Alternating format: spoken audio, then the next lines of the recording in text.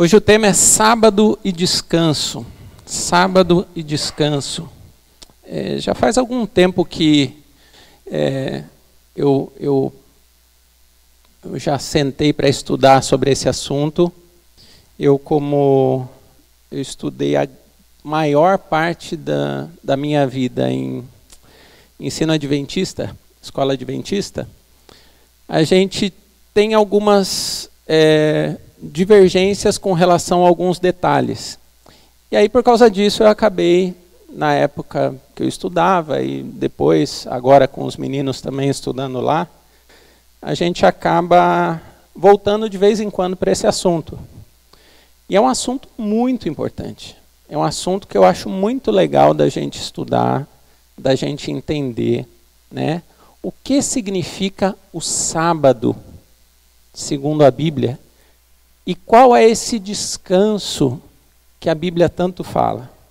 Primeiro, o que eu queria dizer é que todos nós temos algum tipo de forma diferente, por exemplo, de lidar com trabalho e descanso. Então, por exemplo, enquanto existem pessoas que parece que não conseguem parar de pensar em trabalho, tem pessoas que são tão workaholics, né, que se diz, viciadas em trabalho, que elas não conseguem parar de pensar em trabalho. Existem outras pessoas que consideram o trabalho mais ou menos como se fosse um castigo, um mal necessário. Né? Já percebeu isso? Além disso, uma coisa que a gente tem que pensar também é que com o aumento da concorrência por empregos, e até com o aumento da população em geral no mundo, e a gente acaba tendo que se dedicar, às vezes, muito mais do que normalmente a gente estava acostumado a se dedicar ao trabalho. Hoje quem tem que procurar emprego, às vezes encontra dificuldade para encontrar um bom emprego. Quem tem o próprio negócio tem também dificuldades para manter o próprio negócio rodando e funcionando. Então, essas coisas acabam criando um desgaste muito grande na gente. Se por um lado a tecnologia trouxe muita coisa boa, trouxe um certo conforto, por outro lado, o celular, essa bênção de Deus aqui, né, ele faz com que a gente trabalhe o tempo todo, qualquer dia da semana, em qualquer horário. Olha só que interessante. Hoje você trabalha, hoje praticamente não existe mais, são poucos os empregos mais modernos, vamos dizer assim, que você tem um horário específico de trabalho. Não, o meu trabalho é de segunda a sexta, das 8 da manhã às 5 da tarde. É raro. Hoje, se você tem um trabalho que você tem, de certa forma, que lidar com clientes, que você lida com tecnologias, por exemplo, redes sociais, site, e-mail, essas coisas, você está preso 24 horas por dia, 7 dias por semana. Até que ponto isso é bom, até que ponto isso é saudável? E quando a gente para estudar a Bíblia sobre o sábado e sobre o descanso, a gente percebe que Deus deixou princípios muito importantes para a gente. Muito importantes. E muito importantes, inclusive, para a gente não infartar e não virar louco. Né? Para a gente não morrer de tanto trabalhar. Mas a gente também percebe que a Bíblia, o ensino sobre o sábado, traz um ensinamento muito mais profundo do que a gente pode imaginar. E é isso que a gente vai tentar ver hoje. Antes de começar, o que eu queria deixar bem claro e bem assim, colocar os pratos na mesa é o seguinte. A gente sabe que no que se refere ao sábado existem diferentes tipos de interpretação e entendimento. Existem diferentes tipos de interpretação e entendimento. Eu comentei aqui sobre adventistas. Os adventistas, eles guardam o sábado. Mas até dentro da própria igreja evangélica existem também diferentes tipos de interpretação e entendimento sobre o sábado. O domingo é mesmo o novo sábado para a gente ou não? Né? E eu queria dizer que isso não deve ser motivo de crise para a gente. Não deve. de maneira nenhuma deve ser motivo de crise. Hoje, é lógico que eu vou tentar passar a nossa visão sobre o que a gente entende que signifique o sábado para a gente. E isso está diretamente ligado com a interpretação que a nossa igreja, tem sobre a antiga aliança e a nova aliança. Antiga aliança, Antigo Testamento, lembra? O povo de Israel, né? Essa é a antiga aliança. Quando começa a nova aliança? Com Jesus. Então Jesus viveu na nova aliança, certo? Não. Não. Jesus viveu na antiga aliança. A nova aliança começou com a morte de Jesus. Este é o meu sangue da nova aliança. Jesus ainda estava na velha aliança, na antiga aliança. Jesus iniciou a nova aliança com a sua morte e ressurreição. Existem coisas que foram cumpridas em Jesus, e esse é o nosso entendimento. Por isso que existem situações que a gente fala, ó, isso aqui a gente acredita que é antiga aliança, isso era uma coisa específica para o povo de Israel, não cabe mais para a gente hoje. Mas isso não deve ser, de novo, não deve ser motivo de crise. Quando a gente trata assuntos desse tipo, eu costumo dividir entre o que é negociável e o que é inegociável. Que assunto que é negociável e que assunto que é inegociável? O que é inegociável na nossa fé? Por exemplo, nós somos salvos somente pela graça por meio da fé em Jesus Cristo. Isso é inegociável para a gente. Se alguém chegar assim para você e falar, olha, não, você é salvo sim por Jesus, mas você também tem que fazer coisas para contribuir com a sua salvação. Isso é inegociável, está errado. A gente considera isso errado. Apostasia, falso evangelho, como Paulo falou aos Gálatas. Falso evangelho, é sério. Agora, se a gente é salvo somente pela graça, por meio da fé em Jesus, significa que nós não contribuímos em absolutamente nada para a nossa salvação. Isso significa, por consequência, que se você escolher guardar ou não o sábado, guardar ou não o domingo, isso não vai te levar para o céu ou não vai te deixar fora dele. Porque a sua salvação não está baseada no que você faz, mas no que Jesus fez. Entende? Entendem? É claro que quando a gente entrega as nossas vidas para Jesus e a gente reconhece que Jesus morreu por nós, a minha obediência ela vem como consequência, mas não como requisito. Eu não obedeço para ser salvo. Depois que eu sou salvo, eu obedeço por gratidão a Deus e por amor ao Deus que morreu por mim. Entendem? Deixando tudo isso bem claro, vamos entrar no assunto que é o sábado.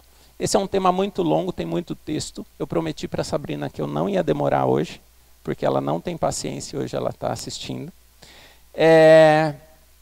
Eu vou tentar, tá? Tem muita coisa, daria para falar semanas sobre isso aqui, mas eu dividi em 3 tópicos, tá? Só para vocês saberem quais são. Primeiro, o sábado na criação, o descanso de Deus. Qual é esse sábado da criação, o descanso de Deus? Segundo, o sábado na lei, o descanso do povo de Israel. E terceiro, o sábado na nova aliança, o nosso descanso. Então, só para a gente entender como vai ser organizado isso aí. Então, o sábado na criação, descanso de Deus. Primeira coisa, antes de falar em descanso, a gente tem que falar em trabalho, porque ninguém descansa se não trabalha, certo? Quem não trabalha está descansando o tempo todo, certo? Então não tem como falar em descanso sem primeiro falar em trabalho. E a primeira coisa que a gente tem que perceber, e eu acho que muita gente pode ficar espantado com o que eu vou dizer aqui, é que o trabalho fazia parte do paraíso. O trabalho fazia parte do paraíso. O perfeito plano de Deus compreendia os seres humanos trabalhando, ou, melhor do que isso, vivendo em um ciclo constante de trabalho e descanso. O trabalho fazia parte do paraíso, do jardim do Éden lá, com Adão e Eva. Eles trabalhavam.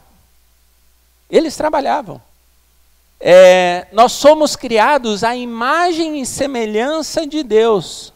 E parte de sua glória e felicidade é que ele trabalha, assim como Jesus trabalhou. Jesus diz assim, meu Pai trabalha até agora, e eu trabalho também, em João 5,17. Muita gente imagina, como eu disse, que o trabalho é um mal necessário, é um castigo, é uma coisa ruim que eu vou ter que suportar e aguentar somente enquanto eu estou aqui nessa terra. Mas o trabalho não foi inserido na criação depois da queda. O trabalho foi inserido antes do pecado. Ele fazia parte da bênção do Éden. O trabalho é uma necessidade básica do ser humano, gente. Assim como comer, assim como as necessidades básicas, o alimento, o descanso e o relacionamento com outras pessoas. O trabalho é uma necessidade básica do ser humano. Por isso que o trabalho é uma das poucas coisas, presta atenção no que eu estou dizendo, o trabalho é uma das poucas coisas que a gente pode sim assumir em doses consideráveis na nossa rotina. O que eu quero dizer com isso? Quando Deus estabeleceu vocês vão trabalhar, mas também vão descansar, Ele não chegou e falou assim, vocês vão trabalhar um dia e descansar 6. Não. Ele não falou também, como tem muita gente hoje fazendo teste, né? Não, vamos trabalhar 5 e descansar 2. Aliás, muita gente aqui acho que já faz isso, né? Trabalha 5 e descansa 2. Olha lá, Deus falou 6 para 1, não 5 para 2. O pessoal faz testes, né? Para ver qual que é tal. Outra coisa, muita gente imagina que o céu vai ser um plano de aposentadoria eterno, né? O pessoal imagina o céu, você descansando lá na rede, no meio das nuvens, de pernas para o ar, sem fazer nada, a eternidade inteira. Que chato. Que coisa horrível. Que coisa chata. O trabalho faz parte do plano e da bênção de Deus para o ser humano. Agora, é lógico, uma coisa que a gente tem que entender é que o pecado deturpou o trabalho. Quando a gente pensa no trabalho que a gente vai ter na eternidade, imagine um trabalho que o seu chefe assim é maravilhoso, é perfeito, é amoroso, né? Ele conhece o seu coração. Imagine um trabalho onde você não depende daquilo para sobreviver, porque você é eterno. Imagine um trabalho em que é tudo justo, não tem aquele cliente chato, né? Quem lida com cliente, sabe aquele negócio, né? Eu postei essa semana. Quem disse que o cliente sempre tem razão, nunca teve que trabalhar com o cliente. Porque muitas das vezes eles não têm razão. No céu não vai ter cliente chato. No céu não vai ter imposto abusivo. No céu não vai ter nada. Imagina, não dá nem para imaginar, né? E às vezes é bom nem pensar muito nisso, porque a gente não tem detalhes. Mas uma coisa que eu quero deixar clara é que o trabalho, sim, fazia parte do plano perfeito de Deus para o ser humano.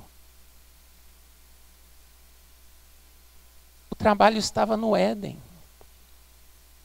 O castigo de Deus para o trabalho, quando o homem pecou, foi assim: agora do suor do seu rosto, você vai ter que buscar o seu sustento. Dá a ideia de que o trabalho antes da queda era algo prazeroso, completamente, absolutamente prazeroso. Amém? Ou misericórdia. Não estava pensando nisso, né, Dirceu? Pô, estava achando que eu estou chegando no final da vida, vou morrer, vou para a aposentadoria. Calma, calma. E um dos atributos de Deus é o trabalho.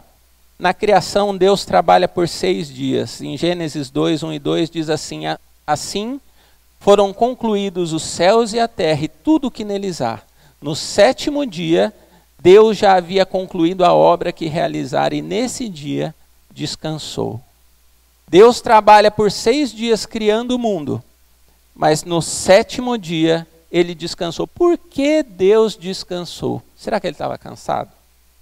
Será que foi algo que ele fez simplesmente para nos servir de exemplo? Será que é isso? É claro que existe um princípio, a gente vai chegar nele daqui a pouco, mas há muito mais sobre o sábado do que a gente pode compreender numa leitura superficial desse texto da criação. Primeira coisa que a gente pode perceber é o seguinte: ao final de cada dia, de cada um dos 6 dias, você lembra o que Deus dizia? E viu Deus que era bom. Segundo dia no final, e viu Deus que era bom. Terceiro, quarto, quinto. No 6º dia Deus diz, e viu Deus que tudo que havia feito, e viu que era muito bom. A primeira coisa que a gente tem que entender é que o descanso, esse descanso de Deus, envolve e significa estar completamente satisfeito com o trabalho que foi realizado. Significa estar tão satisfeito e tão realizado por ter realizado uma obra completamente perfeita, sem erros. No 7º dia, 7 na Bíblia, ele traz um significado. Os números da Bíblia têm seus significados. O 7 significa algo completo, algo pleno, que não tem nada faltando. Então, no 7º dia, Deus descansou porque ele estava completamente satisfeito com o que havia feito. Agora eu te pergunto, quantas vezes nas nossas vidas a gente pode se sentir assim? Completamente, absolutamente satisfeitos com o que a gente realizou, com o trabalho que a gente realizou. Quantas vezes? Eu não estou dizendo aqui necessariamente sobre aquelas pessoas que são mais perfeccionistas, que sempre que olham e reveem o seu trabalho feito, acabam vendo um defeito. Nós somos humanos e nós erramos. É muito raro a gente terminar um trabalho e a gente olhar para ele e falar, ó, esse está perfeito, nunca, por toda a eternidade, vai precisar de nenhum ajuste. Né? O estudo, a preparação desse esboço aqui para essa mensagem é um exemplo para mim. Eu passo várias horas lendo, várias horas pondo no papel, tentando organizar, primeiro vai isso, depois vai aquilo, se eu falar isso, não, mas eu já falei isso aqui atrás. Se eu for falar isso depois, para ter uma sequência lógica, um negócio certinho. E é incrível, eu posso rever esse esboço 287 vezes. Se eu olhar de novo pela vez 288, eu vou arrumar alguma coisa. Aí chega uma hora eu falo, ó, chega, não vou mais olhar para esse negócio, porque sempre vou achar algum defeito, às vezes é erro de português, às vezes é erro de concordância, às vezes é um texto que faltou, às vezes é uma coisa assim. Sabe esse negócio? O nosso trabalho parece que nunca acaba. O trabalho de Deus acabou, estava perfeito. O nosso parece que nunca acaba. Isso faz a gente pensar que hoje, a maioria das pessoas, elas assumem o significado da sua vida pelo seu trabalho. Há muitos séculos atrás, se você perguntasse para alguém, quem é você? A pessoa diria assim, eu sou Dirceu, filho de Douglas e Teresa. Hoje as pessoas respondem diferente. Se alguém pergunta para você, quem é você? Hoje a gente responde assim, eu sou Dirceu, sou empresário. A gente se define pelo nosso trabalho. Percebeu? O trabalho faz parte do senso de identidade da nossa geração hoje. A maioria das pessoas hoje usa o trabalho para se auto-justificar, para provar o seu valor. E essa tentativa, gente, nunca acaba. Nunca acaba, porque o nosso trabalho nunca acaba. O nosso trabalho nunca vai ser perfeito, pelo menos não nessa terra. Lá no paraíso talvez sim, mas não nessa terra. Quem lembra daquele filme Carruagens de Fogo? Vocês lembram, não? Um pouco velho, né, Dirceu? Filme Carruagens de Fogo, nem é tão velho assim, vai. Mais novo que eu. Filme, 1980, se não me engano. Conta a história real de alguns corredores da Inglaterra que foram competir às Olimpíadas, né? E lá tem 2 personagens que, na verdade, eram pessoas reais, e o filme foi uma reprodução disso. Um deles era o Harold Abrams e o outro era o Eric Liddell. O Eric Liddell, ele era um cristão. Ele tinha sido criado na China com o pai que era missionário. Então ele tinha um profundo senso de evangelismo. E ele usava as corridas, os campeonatos que ele competia como um campo evangelístico. Toda vez que ele ia correr e ele ganhava, o pessoal vinha fazer entrevista com ele depois, ele falava de Deus, falava de Jesus. Já o Harold Abrams, ele era aquele cara obstinado. Ele era assim, o sonho dele, a realização dele era ganhar a medalha de ouro nas Olimpíadas. Essa era a realização dele, só que ele estava sempre atrás do Eric Liddell. O Eric Liddell era os dois ingleses, ele sempre atrás do Eric Liddell, porque o Eric Liddell, missionário, era muito bom na corrida. Até que chega, eles vão para as Olimpíadas, e aí eles descobrem que o campeonato, a prova que ia concorrer à medalha de ouro, caiu no domingo. E o Eric Liddell, pelo que eu percebo pelo filme, não necessariamente por algo legalista, ele chega e fala assim, olha, caiu no domingo. Para mim o domingo é o dia do Senhor, então eu não vou competir. Eu não vou concorrer à medalha de ouro nas Olimpíadas. Até porque eu tinha me comprometido em estar num culto num domingo de manhã. Amém, gente? Amém? Eu tinha me comprometido em estar num culto aqui nesse país no domingo de manhã. Então não vou poder concorrer à medalha de ouro nas Olimpíadas. E ele de boa, porque a medalha não definia ele. Quem definia ele era Jesus. E aí o Harold Abrams vai lá, concorre, ele ganha a medalha de ouro e, pasmem, ainda não era suficiente, porque quando ele chegou depois, e aí, e agora? Nunca vai ser suficiente, nunca vai ser suficiente. O nosso problema maior não é a presença de trabalho, mas é a ausência de um verdadeiro descanso. E esse verdadeiro descanso a gente só pode encontrar em Jesus.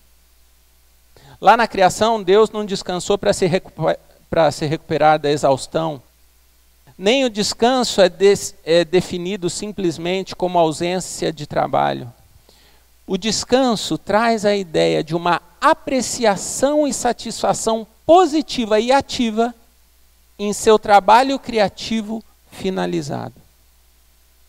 No descanso, Deus estava se deleitando e celebrando o que ele havia feito. E aí, antes de ir para o próximo tópico, uma coisa que a gente tem que pensar é assim, quantas vezes a gente para no dia do nosso descanso, que pode ser sábado, domingo, segunda, dependendo do dia, quantas vezes a gente para realmente se deleitar na criação e na obra de Deus nas nossas vidas? Quantas vezes a gente para celebrar o que Deus tem feito por nós? Quantas vezes durante o descanso a gente faz isso? O nosso verdadeiro descanso só pode estar em Deus, em mais ninguém. Segundo tópico, sábado na lei. Descanso do povo de Israel. Quando a gente olha para o sábado na antiga aliança, a gente percebe dois aspectos. Primeiro, um sinal de confiança e segundo, um sinal de redenção. Sinal de confiança, o povo de Israel, lembra que eles estavam presos no Egito? O povo de Israel. E aí eles são libertos do Egito, que maravilha, Deus libertou a gente, aí eles caem no deserto. Pô, e agora? O que se planta no deserto, gente? O que dá no deserto se você plantar? Nada. Sabe aquele negócio, correr o bicho pega, se ficar o bicho come? Eles saíram de um período de escravidão e chegaram no deserto. Como eles iriam se sustentar? O que eles poderiam cultivar? Se coloque nessa situação, era desesperador isso. O que a gente faz aqui agora? A gente vai comer o quê? Vai beber o quê no deserto? Como a gente vai se virar?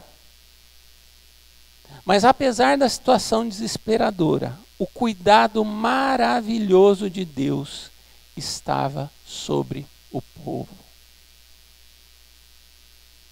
O cuidado estava sobre o povo. Lembra? Durante o dia tinha o quê que acompanhava eles? Deserto durante o dia é o quê? Calor, sol, né?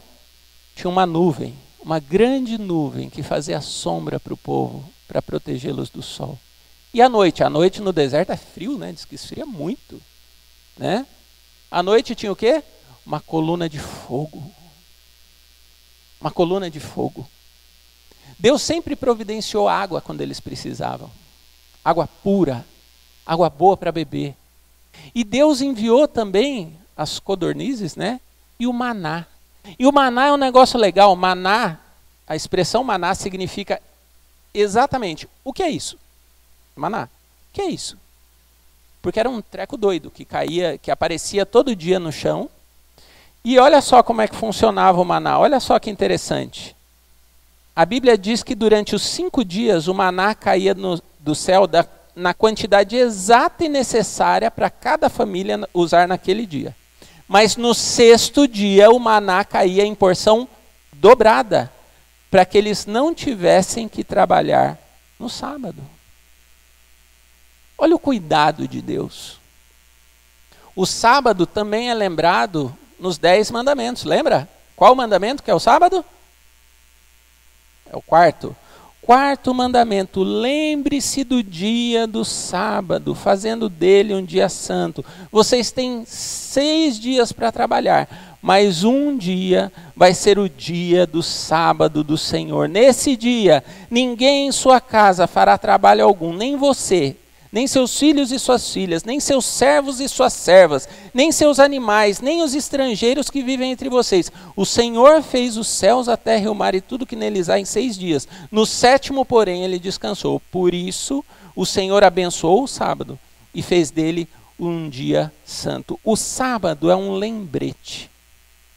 É um lembrete de que não somos nós que fazemos o mundo girar. O sábado nos lembra que a gente não tem controle sobre as nossas vidas, nem mesmo sobre o nosso sustento. O sábado era um lembrete para o povo de Israel, que estava lá no deserto, não tinha onde plantar, não tinha onde colher, não tinha onde pegar água, não tinha... Confia.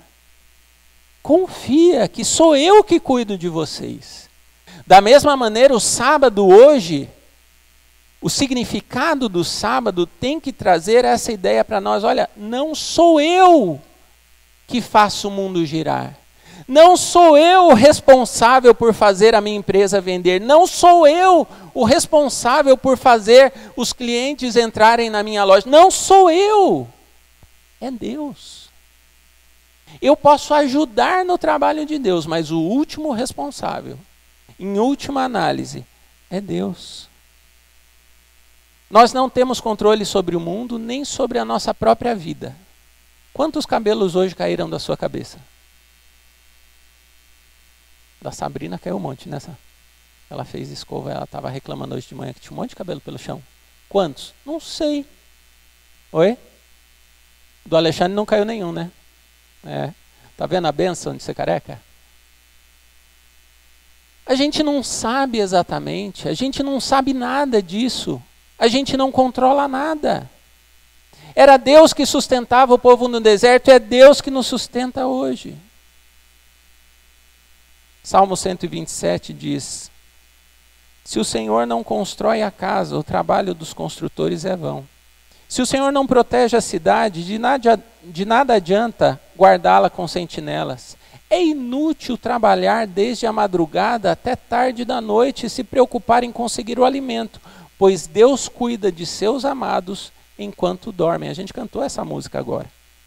A gente só tem que tomar um cuidado, porque às vezes um desavisado vai ler isso aqui e falar, pronto, beleza, me aposentei, vou fazer nada, ficar esperando Deus mandar dinheiro pelo maná, cair do céu, né? Que nem o povo de Israel no deserto. Não, não é bem assim não. Nós temos responsabilidades, mas nós temos que saber que em última análise, quem nos abençoa com o nosso sustento é Deus. Lembra quando Jesus estava lá no Sermão do Monte? O famoso ensino de Jesus sobre as preocupações da vida, né? Lembra?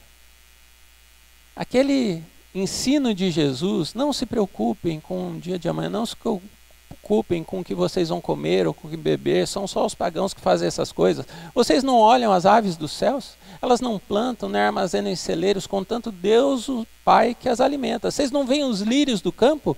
Olha só como Deus veste esses lírios do campo. Nem Salomão, em todo o seu esplendor, se vestiu como eles. Deus cuida, sim, de quem está com ele. Esse texto é apresentado no contexto do trabalho. É apresentado no contexto do trabalho. Portanto, eu tenho uma notícia aqui para você. Se você está muito estressado, se você trabalha, né? E se você está muito estressado e preocupado com o seu sustento, com o futuro, com o que vai acontecer amanhã, com o que vai acontecer depois de amanhã, não sei o quê, certamente está faltando praticar o princípio do sábado na sua vida. Tem que descansar. É um sinal de confiança. Segunda coisa, para o povo de Israel, o sábado também foi um sinal de redenção. Olha lá, Deuteronômio 5,15. Diz assim, ó, lembre-se de que você era escravo no Egito, e o Senhor seu Deus o tirou de lá com mão forte e braço poderoso. Por isso, o Senhor seu Deus ordenou que você guarde o sábado. O povo de Israel era escravo no Egito. E como é de se esperar, você deve entender, que escravo não tem muita folga, certo? Aliás, não tem nenhuma folga. Estudiosos dizem que a semana lá no Egito era de 10 dias, não 7, né? E não tinha sábado para descansar. Aliás, desde a antiguidade não se viu, nem jamais se ouviu, lembra que a gente cantou agora? De um Deus que trabalha por quem espera. Esse era um diferencial de Deus, porque os povos da antiguidade não descansam, gente. Quando o povo de Israel saiu do Egito, não existia outro povo por ali que tinha um dia de descanso. Como assim um dia de descanso? E aí o sustento? Não tinha dia de descanso. Deus, ele traz essa lei para que o povo pudesse viver de maneira diferente dos outros povos, para lembrar, era um sinal da redenção, porque eles não eram mais escravos. Vocês não são mais escravos, vocês são livres, eu que libertei vocês. Vocês não são escravos. O sábado, para o povo de Israel, e eu acho que não tem nenhum judeu aqui, né? Mas o sábado, para o povo de Israel, é um memorial da sua redenção da escravidão no Egito. E uma lembrança do seu descanso que Deus lhe prometeu da terra prometida. O sábado apontava para um descanso maior e mais completo. Terra prometida, onde mana leite e mel, lembra? Que o povo de Israel sempre falava isso. O sábado era um lembrete da redenção, mas era um sinal de esperança de um descanso futuro. Hoje, do mesmo jeito, quem trabalha demais e não consegue separar um tempo de descanso é escravo. Se você trabalha demais e não consegue parar, e gente, eu falei tanto isso para mim essa semana. Se você trabalha demais e não consegue parar e não consegue descansar, significa que você é escravo, nem que seja por sua própria vontade.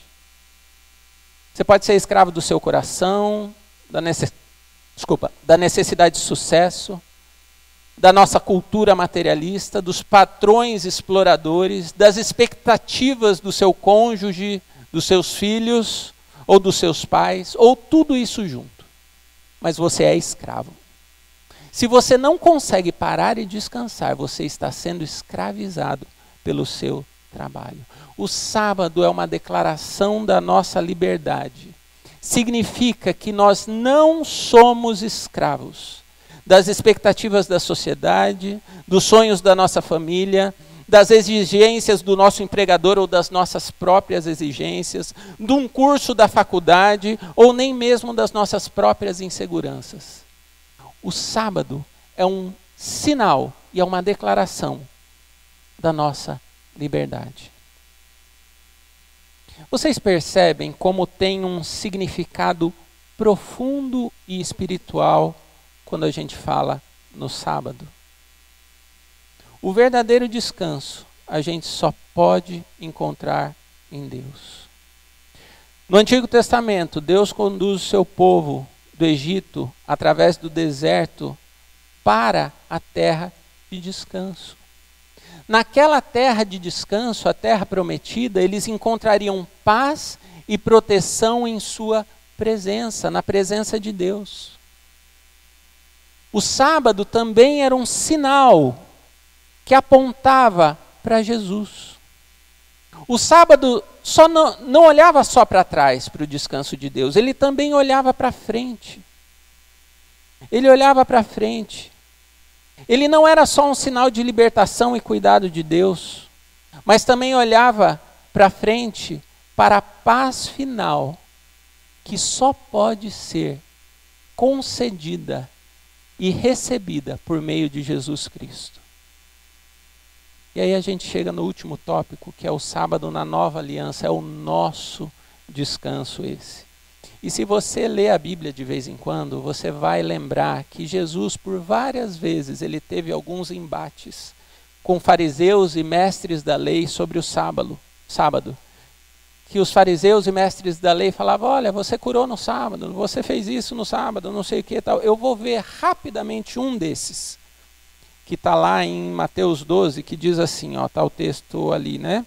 Naquela ocasião, Jesus passou pelas lavouras de cereal no sábado. Seus discípulos estavam com fome e começaram a colher espigas para comê-las. Os fariseus, vendo aquilo, lhe disseram, olha, os teus discípulos estão fazendo o que não é permitido no sábado. Ele respondeu, vocês não leram o que Davi fez? Quando ele e seus companheiros estavam com fome, ele entrou na casa de Deus e juntamente com seus companheiros comeu os pães da presença, que era proibidíssimo fazer isso. O que não lhes era permitido fazer, mas apenas os sacerdotes. Ou vocês não leram na lei que no sábado os sacerdotes no templo profanam esse dia e contudo ficam sem culpa? Sacerdote trabalhava lá no povo de Israel. Pô, o sacerdote está trabalhando no sábado, ele não está quebrando o sábado? Não, sacerdote pode. Eu lhes digo que aqui está quem é maior do que o templo, pois o Filho do Homem é Senhor do sábado. Quando Jesus é questionado pelos seus opositores, que pareciam paparazzi, né? Porque eles estavam em cima o tempo todo só vendo, eles estavam andando pelo campo colhendo espiga, tinha gente olhando. Por que os seus discípulos estavam podendo fazer aquilo? Ele responde lembrando sobre o que o rei Davi fez, quando comeu os pães da presença, e lembrou também o que os sacerdotes faziam, que os sacerdotes trabalhavam aos sábados. Isso significa, no nosso entendimento, que o sábado e as leis cerimoniais poderiam ser deixadas de lado em algumas situações específicas. Por exemplo, quando se estava em apuros, no caso de Davi. Davi estava sendo perseguido por Saul. Ele estava sendo ameaçado de morte, estava com fome. E aí abre-se uma exceção para que ele quebre aquela lei cerimonial para que ele pudesse comer no sábado. Comer no sábado não, comer os pães da presença.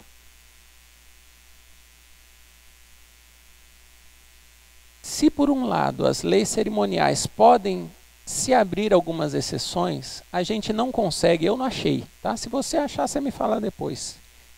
Eu não achei nenhum texto da Bíblia em que uma lei moral poderia ser deixada de lado, mesmo quando estivessem apuros. Vou dar um exemplo. Eu não achei nenhum texto que diz assim, se você estiver muito ansioso, você pode adulterar, tá? Beleza? Não. Ou, se você estiver muito triste com Deus mesmo, você pode adorar outros ídolos. Aí depois você volta. Eu não achei nenhum texto que falasse isso, que pudesse abrir uma exceção da lei moral, né? O sábado dá, mas as outras não. Ou então, se você estiver passando fome, você pode roubar. Tá? Não. Se o sábado e algumas leis cerimoniais poderiam ser deixados de lado em algumas situações, significa que eram leis provisionais. Ou seja, eram leis temporárias, que tinham começo, meio e fim. Essas leis apontavam para algo que chegaria e tornaria elas obsoletas. Quando Jesus diz que é o Senhor do sábado, significa que ele está dizendo assim, ó, eu que sou o cumprimento dessas leis. Eu cumpri essas leis. Eu sou o Senhor do sábado. Era para ele que todas essas leis cerimoniais estavam apontando, assim como era para ele que todos esses sábados apontavam. Ainda existe o princípio do descanso. Mas em termos do descanso definitivo, todas essas leis apontavam para Jesus. O apóstolo Paulo vai confirmar isso. Pô, Dirceu, está meio estranho isso que você está falando, né? Vamos ver se Paulo te explica melhor. Em Colossenses 2 diz assim, portanto, não deixem que ninguém os condene pelo que comem ou bebem, ou por não celebrarem certos dias santos, as cerimônias da lua nova ou os sábados.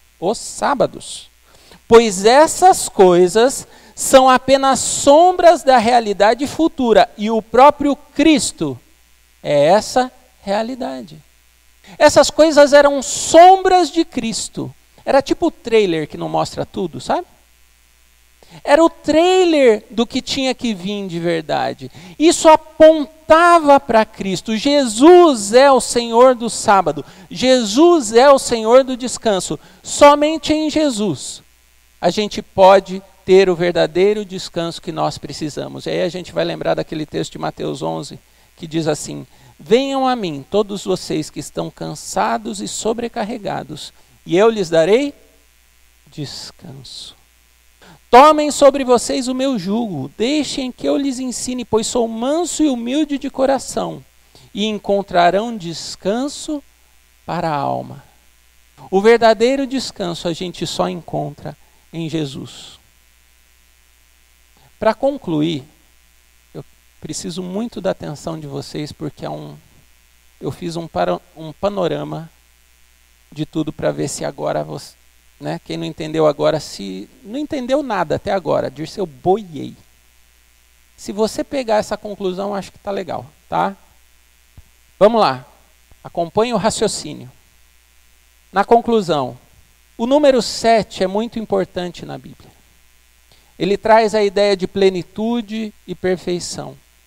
Quem não gosta de plenitude e perfeição, certo? Mas é muito difícil, como a gente já viu, conseguir isso sozinhos. A gente só consegue com Jesus. Deus cria o mundo em 6 dias e descansa no 7º. Significa que no 7º dia a criação alcança a sua plenitude, a sua perfeição. Outra coisa que eu não falei lá no começo, o sábado, o 7º dia, é o único relato da criação que não tem aquela descrição, e houve tarde e manhã. Interessante, né? É como um dia que não tem fim, porque em mim vocês podem descansar eternamente. No 7º dia, a presença de Deus preenche e sustenta toda a criação. O ser humano vive em plena harmonia com Deus e com tudo que Ele criou. Só que aí vem o pecado. Ao pecar, o ser humano decide viver independente da plenitude e da perfeição de Deus. E como consequência, o ser humano despreza o descanso que só pode ser conseguido em Deus. Mas Deus, Ele não desiste do ser humano. Apesar do pecado, apesar da gente querer viver independente dele, Deus quer trazer a humanidade de volta para esse descanso. Então Ele decide dar ao povo de Israel a experiência do descanso final, para que eles pudessem compartilhar essa experiência de descanso que só é conseguido em Deus com os outros povos. Ele liberta o povo do Egito e os convida para viver um estilo de vida diferente, para que pudessem viver como se estivessem na terra prometida. Olha só como tinha número 7 para o povo de Israel. Além do Shabat, né? Shabat é o sábado para os judeus, que significa literalmente parar de trabalhar. O povo de Israel tinha 7 festas no ano, que celebravam as bênçãos de Deus sobre a colheita, a libertação do Egito e outras coisas. Além disso, a cada 7 anos, os israelitas libertavam seus escravos, perdoavam as dívidas e eles deixariam a terra descansar por 1 ano. Tinha 7 dias, no 7º dia descansava. Tinha 7 festas que lembravam do povo do descanso que eles conseguiam em Deus. A cada 7 anos, todas as dívidas eram perdoadas, amém? Né? Libertavam todos os escravos e faziam a terra descansar por 1 ano. Então, a cada 7 anos, o povo era um povo que cultivava. Então, essa terra aqui passou 7 anos, ela vai ficar 1 ano sem fazer nada nela. E aí, né? Como a gente vai comer? E aí Deus diz, olha, se vocês fizerem isso, essa terra vai produzir por 3 anos, mesmo sem fazerem nada. E aí, a cada 7 períodos de 7 anos, 7 vezes 7, era o ano do jubileu, era o 50º ano. Depois desse período de 7 vezes 7, era o jubileu. Deus estabeleceu o jubileu, onde todo o sistema de Israel seria restaurado. Olha só, imagina se tivesse um país que fizesse isso hoje. Todo o sistema seria restaurado. Se alguém tivesse perdido a sua terra, ou tivesse tido que vender a sua terra, porque entrou em dificuldade financeira, essa terra seria devolvida para você. Legal, né? Se você tivesse contraído dívidas, se você tivesse tido que se vender ou vender alguns animais, tal como, né, para contrair dívidas, tudo deveria ser apagado e esquecido. Tudo seria perdoado, tudo seria restaurado. Só para um parênteses aqui, não há evidência nenhuma de que o povo de Israel tenha feito sequer uma vez esse ano do jubileu. Tá? E aí vem Jesus.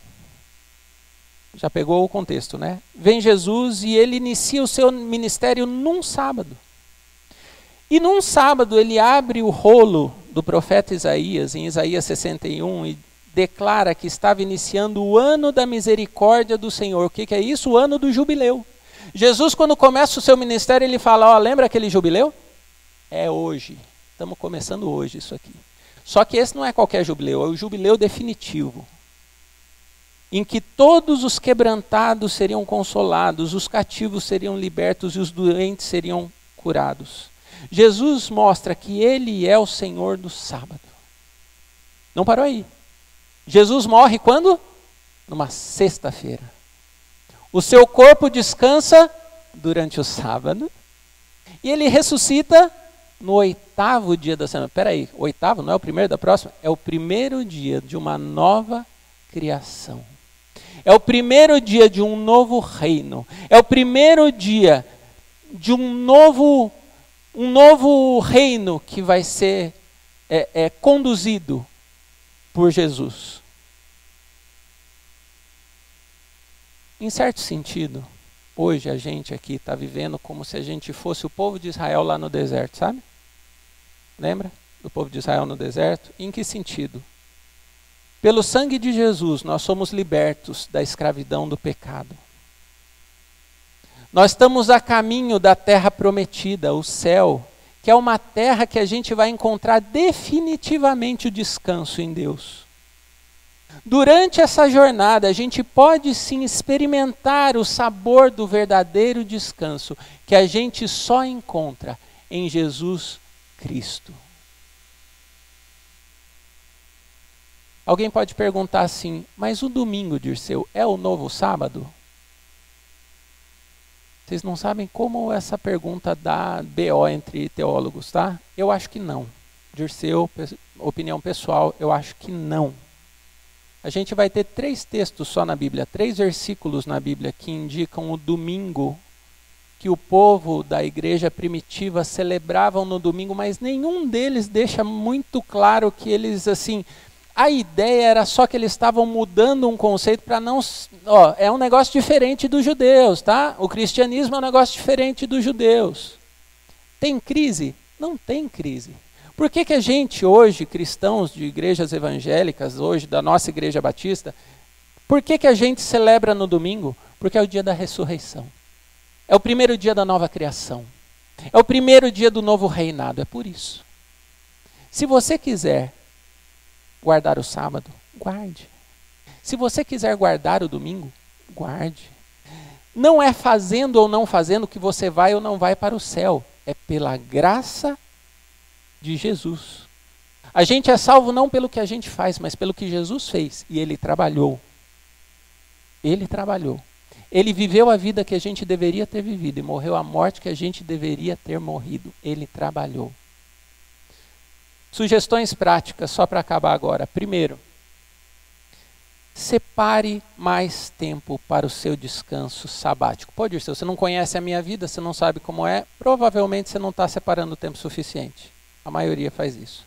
Separe mais tempo para o descanso sabático. Você tem que parar de trabalhar, não somente para ficar na rede de pernas pro ar. Isso é bom também, é legal, eu gosto. Tá? Mas para contemplar a criação, contemplar a obra redentora de Jesus Cristo, celebrar o que Ele fez por nós. Segundo, estar sempre ansioso e preocupado pelo seu futuro e sustento é um sinal de que você não está confiando em Deus do jeito que deveria. Lembre-se que você não controla o mundo. Não é você que mantém o mundo girando. Você não é responsável pelo seu sustento. Você não é responsável pela sua saúde. Não procure encontrar seu significado no seu trabalho, na sua carreira ou na sua profissão. Não baseie a sua identidade nessas coisas. Tudo na sua vida deve ser submetido a Cristo. Ele é o verdadeiro Senhor. Portanto, descanse nele. Vamos orar? Senhor Deus, muito obrigado pelo ensino do sábado, pelo ensino do descanso que a gente encontra na tua palavra.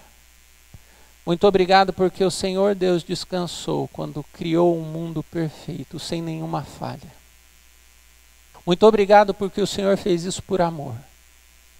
Muito obrigado porque o Senhor também demonstra o seu cuidado conosco.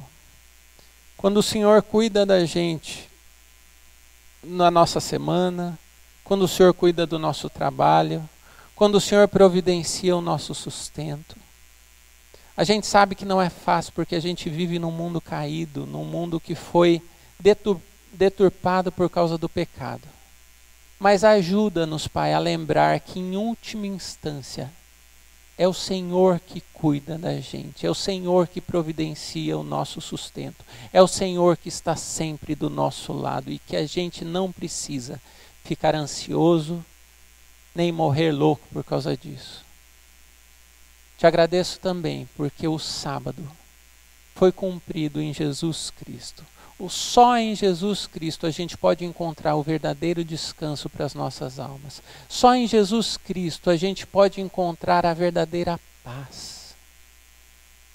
E a gente pode caminhar nessa vida aqui, por mais que a gente tenha dificuldades. Mas a gente pode caminhar essa vida aqui, desfrutando um pouquinho dessa experiência do descanso em Jesus.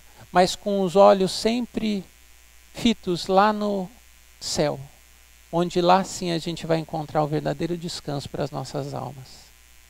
Cuida da gente, que a gente possa se lembrar disso todos os dias em nome de Jesus. Amém. Amém.